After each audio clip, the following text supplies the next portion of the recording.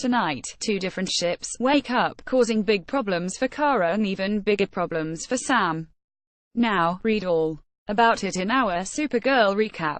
While on an underwater expedition, the fancy spaceship unearthed during the submarine attack becomes defensive and attacks the explorers. At the DO, Wynn discovers it's made out of an alien metal and been there for about 12,000 years. Supergirl, Jayon and Wynn phase onto the ship and discover passengers in tanks before another person attacks them. It's Monel doing his typical attack first, ask questions later bit. Of course, everyone has 1,000 questions when they return to the DO, like, what about the lead, and, how did you learn to speak Saturnian? Before we get any real answers, Kara asks everyone to give Monel space as she comforts him and shows how happy she is to see him again after several months. Since I know what's going to happen, it's so sad. Seeing him keep his mouth closed about his current life and outright lying to Kara's face. Not because I expect differently from him, but because Kara deserves better. So much better. She's looking at him with big ol' heart eyes. And he's just letting her do it. Later, he tries to break out and fights a couple of DO agents. Supergirl catches him before he can steal an alien disc, and I'm going to need someone to gift the scene. She knocks him out cold so I can enjoy it on loop for the rest of the week. Meanwhile, Sam knows something's different about her and wants to test the extent of her abilities. While making dinner for Ruby, she sticks her hand into a pot of boiling water. When nothing happens, she sends Ruby to a friend's while she makes a trip back to work. But she doesn't actually go to work. Instead, she drives to her mother's house. Hi, Patricia, she greets hesitantly. As the scene unfolds, we learn that Sam left home after she got pregnant and, as two professionals perform a tense scene until Sam starts to ask questions about her early life. Her mother acts like she doesn't know anything, but appears visibly shaken by Sam's revelation that she was shot and didn't sustain any injuries. Then, Patricia leads her out the barn and shows Sam her alien pod. I didn't adopt you. I found you, Patricia explains. Her intention was to tell Sam the truth when she turned 18, but she left home. By then, Sam starts to poke around the pod and it wakes up, revealing a glowing green shard that she takes home with her. She returns home to tell Ruby that she's going on a little trip to find some answers. She seems to be taking the news of her alien status in stride, which is pretty cool. Thanks to Wynn and Alex's encouragement, Jayon takes his dad out for a little walk. Mr. J didn't go to the bathroom for 3 weeks before Wynn finally gave him permission. As Myrnn and Jayon walk through the park, he realizes that Jayon is basically a workaholic and struggling to get close to his father again. Supergirl, wake up, SPG 307A_0037.jpg.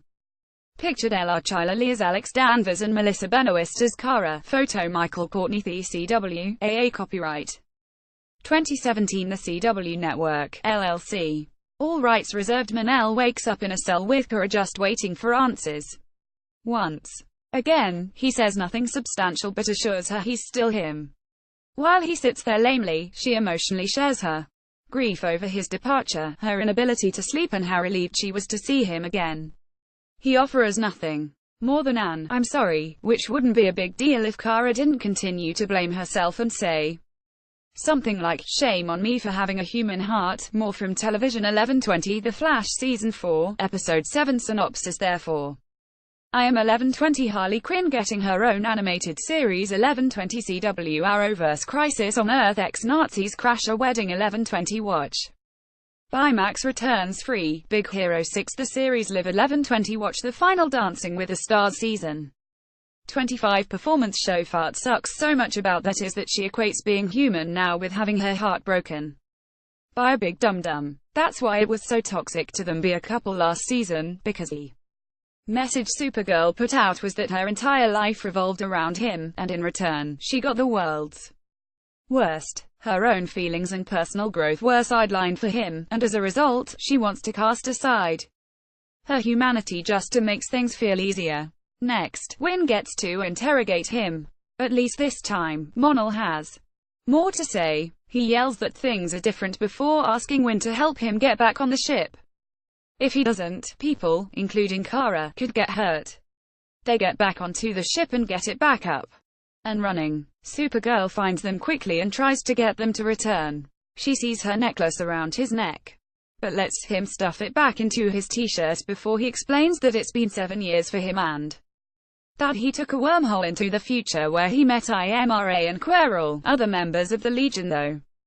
I'm getting ahead of myself. He also gives a quick explanation that 400 years from now, LCORP develops a cure for the lead poisoning. They managed to save IMRA of Titan and get her back to the DO. Now that he's said that it's been a while for him and actually saved her, I'm still not sure why he won't admit that's his wife or try to have a conversation with Kara. Does he think she'll be unreasonable?